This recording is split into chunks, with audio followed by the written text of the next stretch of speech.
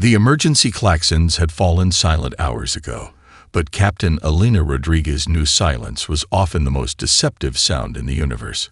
Her cybernetic eye, a titanium mesh replacement earned during the Proxima insurgency, continued to sweep the holographic displays, each micro-movement calibrated by neural implants that had saved her life more times than she cared to remember. New Providence Colony hung in space like a wounded leviathan. The massive habitat ring, a marvel of human engineering, bore the scars of the recent pirate attack. Micrometeorite impacts and plasma scoring marked its outer hull like battle wounds, testament to the colony's resilience. Most would see damage. Rodriguez saw survival. Status report, she muttered to Araya, her quantum AI assistant.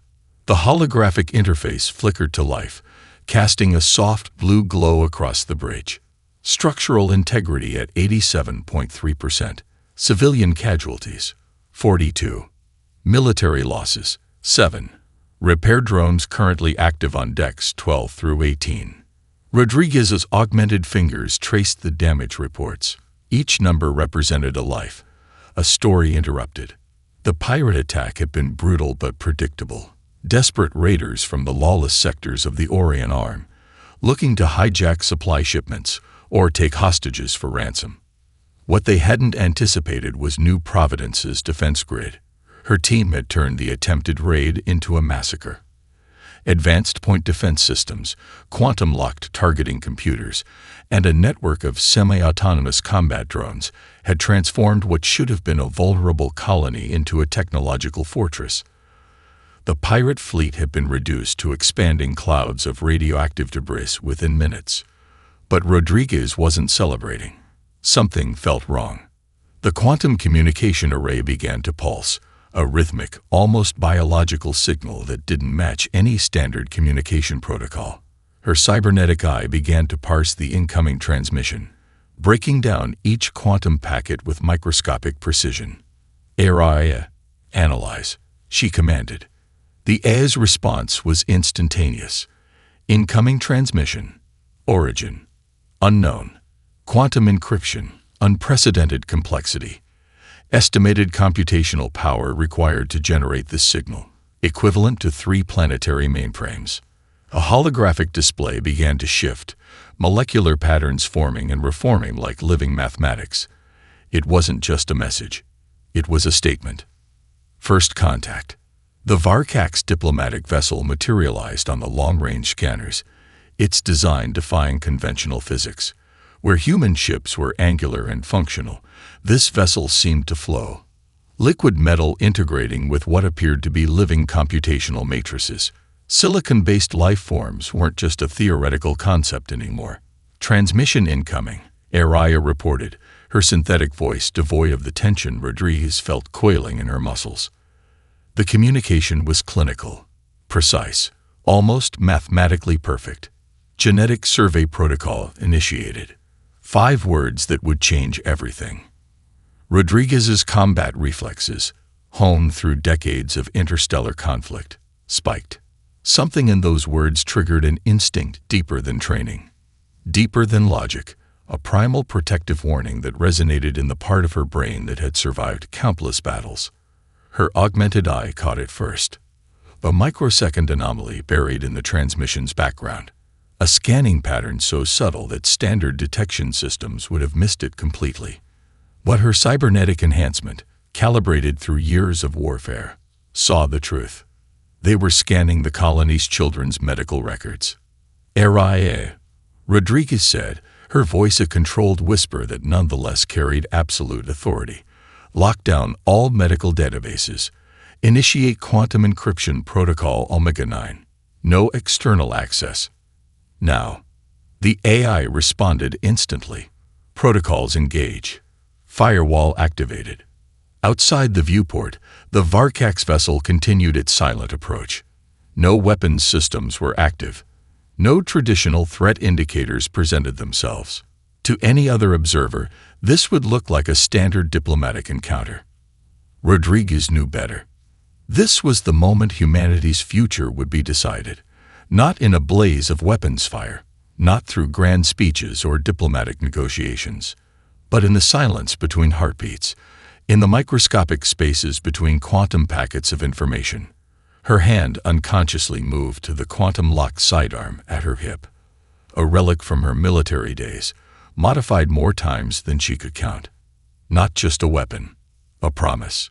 No one threatens humankind's children.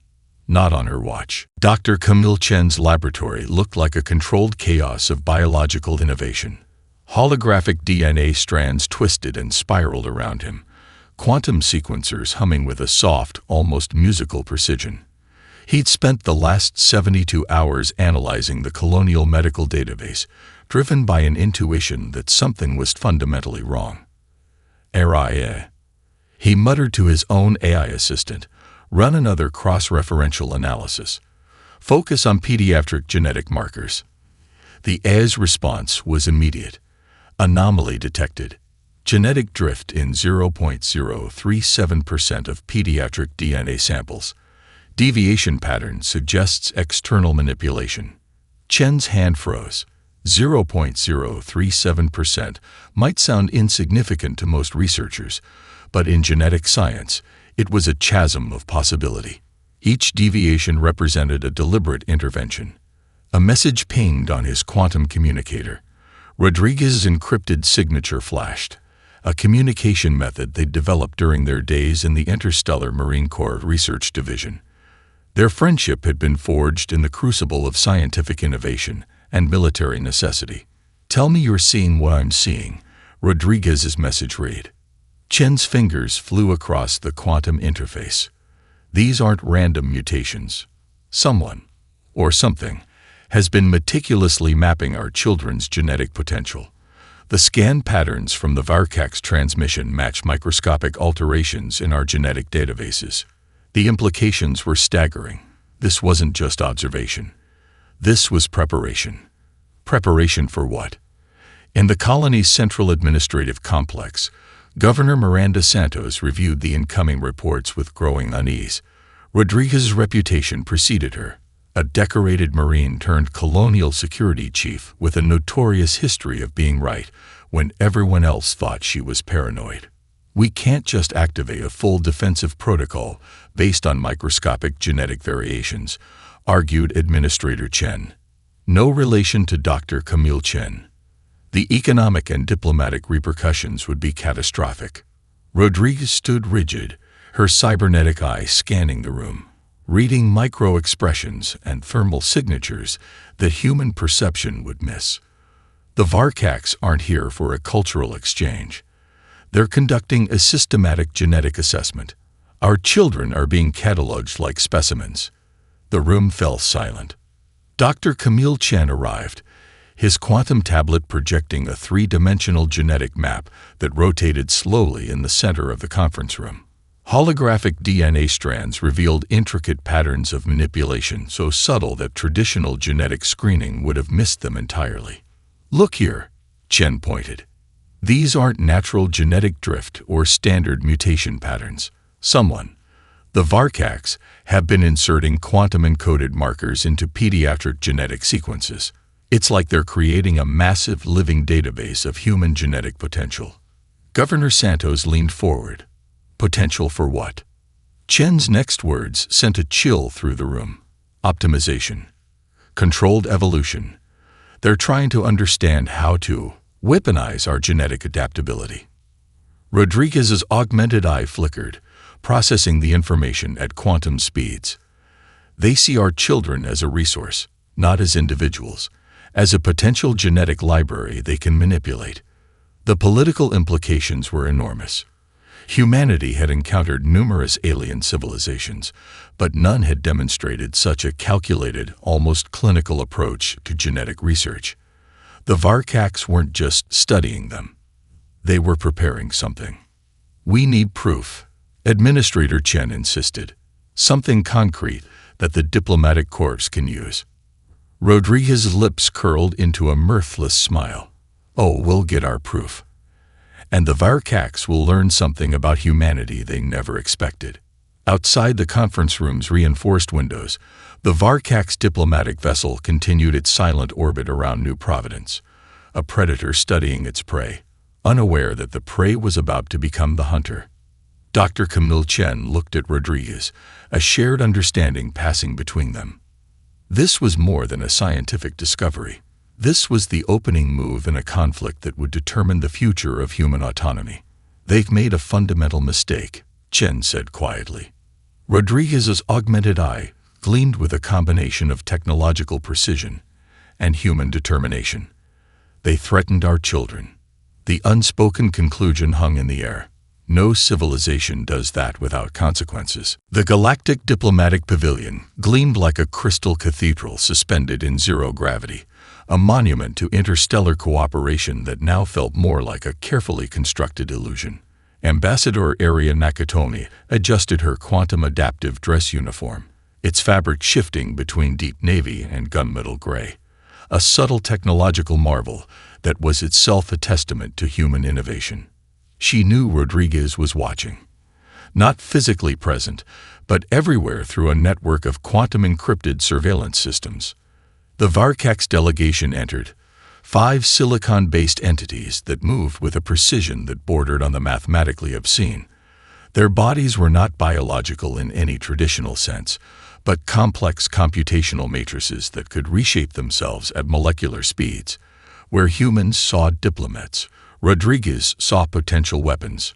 "Greetings, representatives of the collective," Nakatomi began, her voice modulated to a frequency designed to minimize potential misinterpretation. "We appreciate your continued interest in cultural exchange." The lead Varkax representative, designated as Coordinator Prime 7, responded. Its voice was a complex harmonic that seemed to bypass audio perception and translate directly into neurological understanding. "Cultural exchange is a primitive conceptualization," the entity stated. "We prefer the term systemic optimization." In a secure observation room kilometers away, Rodriguez's cybernetic eye tracked every microscopic detail of the interaction. Dr. Camille Chen sat beside her, a battery of quantum scanning equipment humming softly. "There," Chen whispered, pointing to a holographic display. "Watch the quantum resonance during their speech patterns." Rodriguez saw it immediately. Embedded within the Varkax communication was a secondary transmission, a data packet so compressed and encrypted that standard diplomatic monitoring would miss it completely. "RIA," Rodriguez subvocalized, her neural implant converting the thought directly into a quantum communication, analyzed the harmonic substructure of the transmission. The A's response was instantaneous, detecting multiple layered information streams. Primary communication is linguistic. Secondary streams appear to be genetic mapping protocols. Nakatomi, trained in a dozen forms of interstellar diplomacy, maintained her composure. But something felt off. The Varkax weren't just here to talk. They were collecting something. During a seemingly routine moment of cultural exchange, one of the Varkax representatives subtly extended a nanofilament scanner. To human eyes, it would look like a simple gesture. But Rodriguez's enhanced perception saw the truth. They were scanning the genetic markers of the diplomats' children who were present as part of the cultural delegation. "They're building a database," Chen muttered, "not just of our genetic structure, of our potential." The diplomatic dinner became a battlefield of microscopic proportions. Each conversation, each gesture was a potential vector for information extraction. The Varkax moved with a calculated precision that suggested they viewed this not as a social interaction, but as a systematic research operation. Nakatomi, realizing something was happening beyond the visible spectrum of diplomacy, began to ask increasingly specific questions. Her diplomatic training was transforming into an intelligence-gathering mission. "Your interest in human developmental patterns is most intriguing," she said, her voice smooth as silk, but sharp as a quantum blade. "Might you elaborate on your research methodologies?" The Varkax hesitated, a millisecond of uncertainty that would have been invisible to any standard human perception. But Rodriguez caught it. Chen caught it. Something was wrong. Back in the observation room, Rodriguez's hands moved across a quantum interface, assembling a complex algorithmic puzzle. "They're not just studying us," she said quietly. "They're preparing a framework for something bigger." Chen's response was equally measured. Genetic optimization. But optimization for what? As the diplomatic event continued, the true conversation was happening in layers invisible to the naked eye. Quantum transmissions, genetic scanning, a complex dance of information that was turning a formal dinner into the most dangerous intelligence-gathering operation in human history. The Varkax had made a fundamental miscalculation. They thought they were the observers. They didn't realize they were being studied just as intensely. Humanity was about to teach them the most important lesson in interstellar diplomacy. Never underestimate a species fighting for its future. The abandoned research station on Phobos Base looked like a graveyard of human innovation. Retrofitted shipping containers transformed into high-security training cells. Quantum-encrypted communication hubs hummed with barely contained energy. This was Rodriguez's forge, a place where she would transform a group of specialists into humanity's most unconventional defense team. "Welcome to your new reality," Rodriguez announced, her cybernetic eye scanning each recruit as they assembled. Dr. Imani Okoro, quantum computing genius, stood first. Her skin bore intricate bioluminescent tattoos that were actually living quantum processors, a testament to human biological augmentation. "We're not just building a defense," she said. "We're creating a completely new form of technological warfare." Next to her, Marcus Chen, no relation to Camille Chen, represented a different kind of expertise. A veteran neural network specialist who had spent years studying alien communication protocols. His hands were more machine than flesh, quantum-linked implants that could hack any known computational system. Aria Valens, a xenobiologist with a background in genetic warfare prevention, completed the core team. Her eyes held the calm of someone who had seen the worst humanity could imagine and was preparing to prevent it. Rodriguez began the briefing. Holographic displays erupted around them, showing complex three-dimensional models of Varkax technological infrastructure. "Our enemy isn't just a species," Rodriguez explained. "They're a living computational network. Silicon-based life that views biological entities as data resources. Traditional warfare is useless. We need to fight them at a quantum level." Dr. Okoro's bioluminescent tattoos began to pulse, interfacing directly with the holographic displays.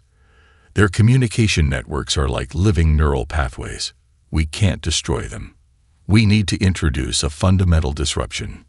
Marcus Chen brought up a series of complex algorithmic models.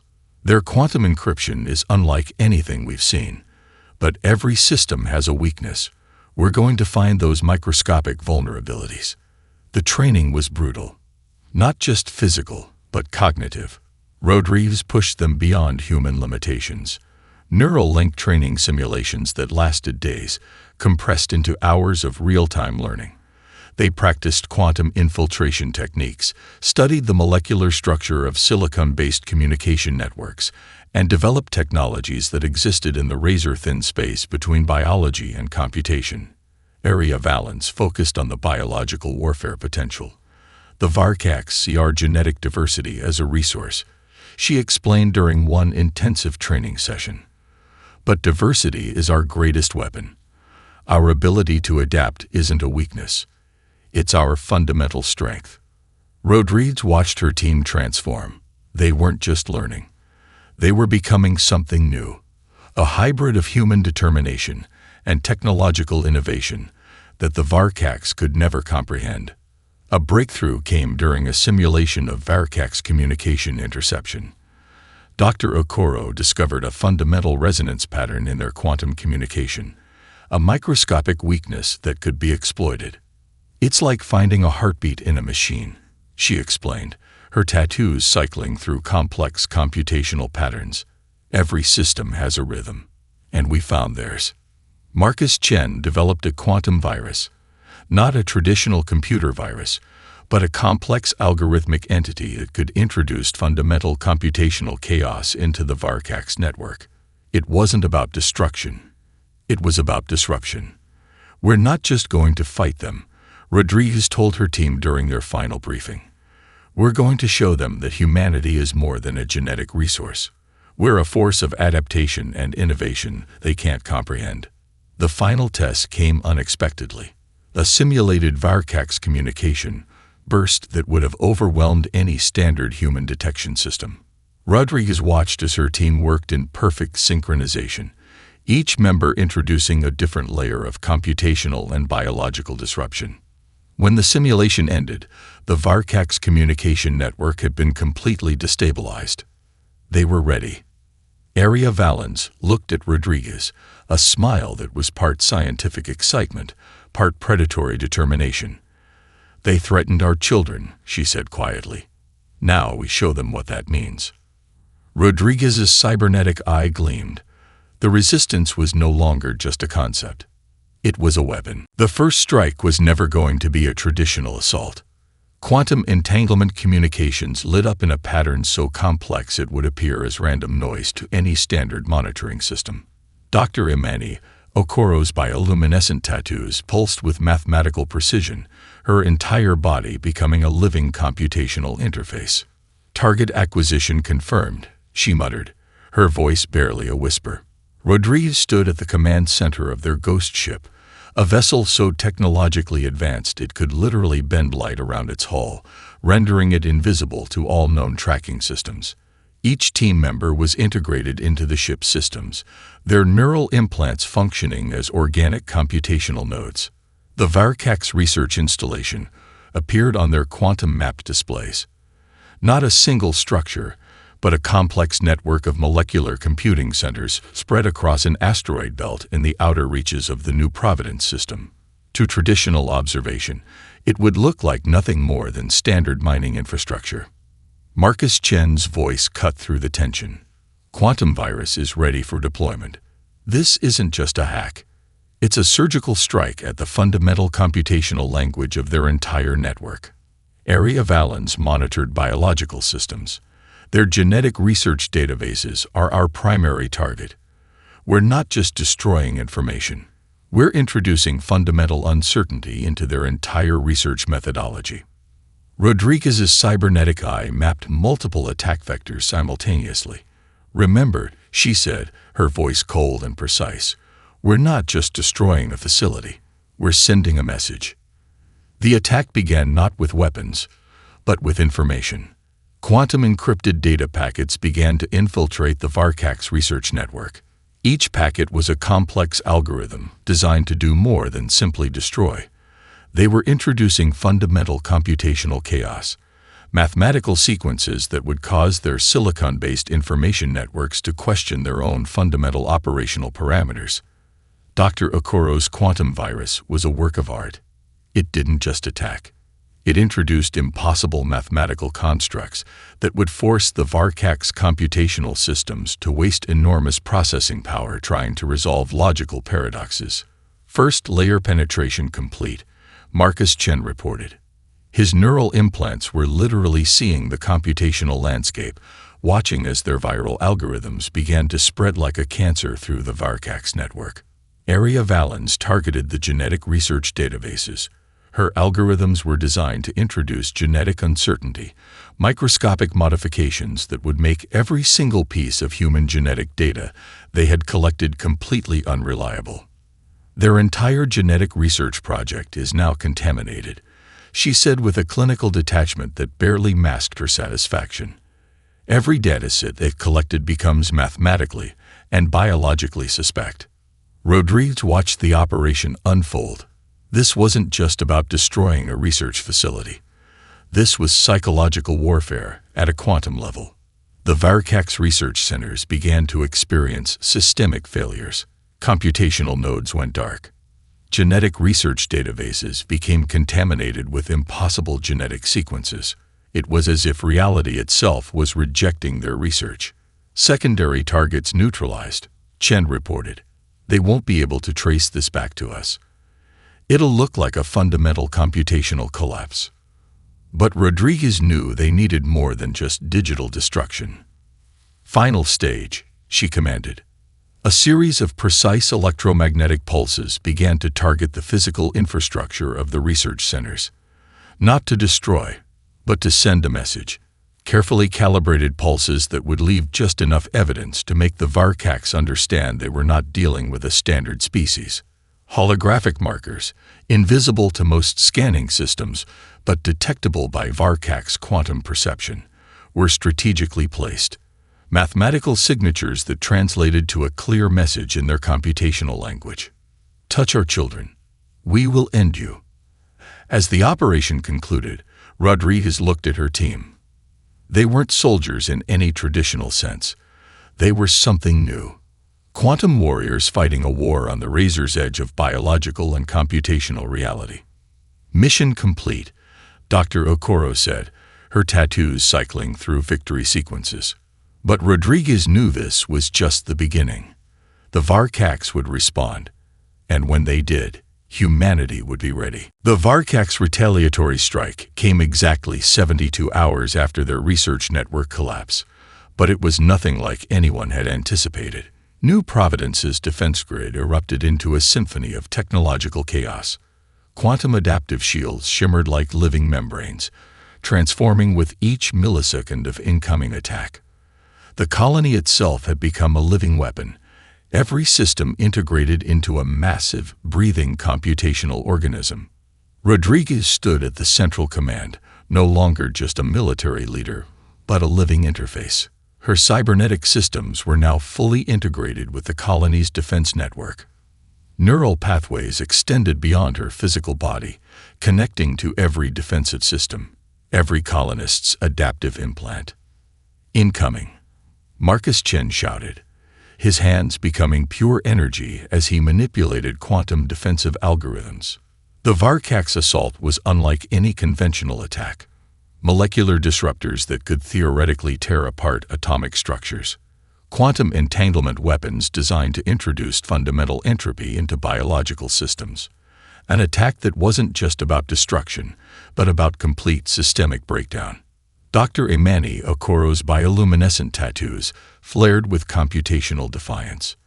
Their attack pattern is fascinating, she muttered, even as she was helping redirect massive energy flows. They're not trying to destroy us. They're trying to understand us. Area Valens monitored biological systems. Every colonist was now part of a massive integrated defense network. Children with neural implants became computational nodes. Elderly with adaptive medical systems transformed into early warning sensors. The entire colony was a single breathing organism of resistance. Adaptive response protocol activated. Rodriguez's voice resonated through every system, through every implant, through every quantum communication channel. The first wave of Varkax molecular disruptors hit New Providence's outer defense grid. But instead of breaking through, they were absorbed. Transformed. Redirected. We're not just blocking, Chen reported, his neural systems dancing across multiple computational realities. We're learning, analyzing, adapting. Each Varkax weapon that touched the colony's defenses became a lesson. Molecular structures were studied, computational approaches mapped, quantum signatures decoded. The colony wasn't just defending. It was evolving in real time. Area Valens targeted the biological warfare components of the Varkax attack. Quantum-encoded genetic disruption waves that would have decimated any standard biological population instead found themselves caught in impossible genetic feedback loops. Their genetic weapons are becoming part of our defensive matrix, she reported, a hint of scientific excitement in her voice. We're not just resisting. We're incorporating. The colony's children became the most unexpected weapon. Neural implants that were originally designed for education and medical monitoring now functioned as distributed computational nodes. Their adaptive learning systems turned each incoming attack into a learning opportunity. A 10-year-old girl in the colony's central learning complex became a quantum computational nexus. Her neural implants, originally designed for accelerated learning, now helped redirect massive energy flows. A child became a weapon of defense. Rodriguez saw it all. Every attack, every defense, every microscopic transformation. "They thought we were a resource," she muttered, her cybernetic eye mapping impossible computational landscapes. "They didn't realize we're a living system of adaptation." The Varkax assault continued. Waves of molecular disruptors, quantum entanglement attacks, genetic manipulation waves. Each attack was met not with simple resistance, but with complete transformation. New Providence wasn't just defending, it was evolving. Hours passed. What should have been a devastating assault became a massive data collection event for humanity. Every Varkax weapon became a lesson. Every attack, an opportunity for growth. As the assault finally began to wane, Rodriguez looked at her team. They weren't just defenders. They were the cutting edge of human potential. "Damage report," she commanded. Marcus Chen's response was almost laughing. "Damage? No. We've gained more than we've lost." The Varkax had come to destroy. They had instead created something they could never understand. A living, breathing example of human potential. Adaptation wasn't just a strategy. It was humanity's ultimate weapon. The primary Varkax research vessel hung in space like a crystalline nightmare, a living computational matrix that defied traditional understanding of technology and biology. Rodriguez's ghost ship approached with quantum stealth capabilities that made them invisible to even the most advanced scanning systems. "Final approach," Marcus Chen reported, his neural systems already interfacing with the vessel's quantum communication layers. "Their defensive systems are unlike anything we've ever encountered." Dr. Imani Okoro's bioluminescent tattoos pulsed with computational energy. "They're not just a ship," she muttered. "They're a living research archive. Every molecular structure is a potential data storage unit." Aria Valens prepared the biological infiltration protocols. Her genetic warfare expertise had been transformed into something more, a way to communicate beyond traditional language. Rodriguez knew this was more than a military operation. This was a statement. The boarding began not with weapons, but with information. Quantum encrypted data packets began to infiltrate the Varkax vessel's computational matrix. But these weren't standard viral attacks. They were complex narrative structures, mathematical representations of human experience, of childhood, of protection, of survival. "We're going to make them understand," Rodriguez said, her cybernetic eye mapping impossible computational landscapes, "not through destruction, through comprehension." The vessel's internal systems began to experience something they had never encountered, not an attack, but a flood of information that challenged their fundamental computational understanding. Memories, experiences, a complex, chaotic beauty of human existence, a recording of a child's first steps, mathematical representations of familial love, quantum-encoded narratives of human resilience, complex computational models that showed not just human genetic potential, but human emotional complexity. Marcus Chen's systems began to translate these experiences into the Varkax's fundamental communication language.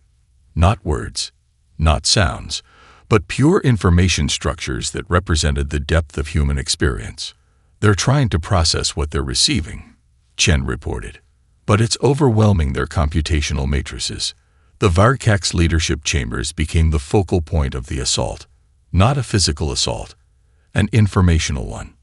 Rodriguez appeared, her physical form a quantum holographic projection that existed simultaneously in multiple computational layers. "You viewed our children as a resource," she began, her voice translating through impossible computational languages. "But you never understood what that means."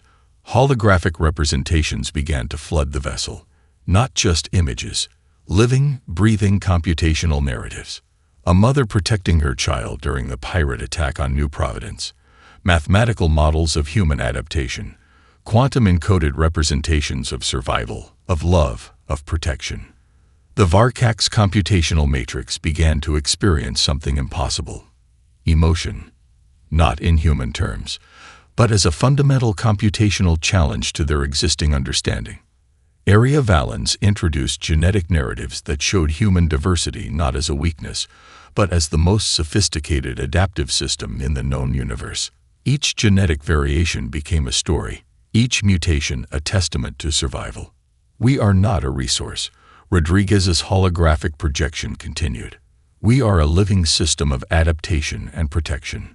The vessel's computational core began to experience systemic breakdown, not from destruction, but from fundamental comprehension. Dr. Okoro watched in fascination. We're not just attacking, she reported. We're forcing them to understand.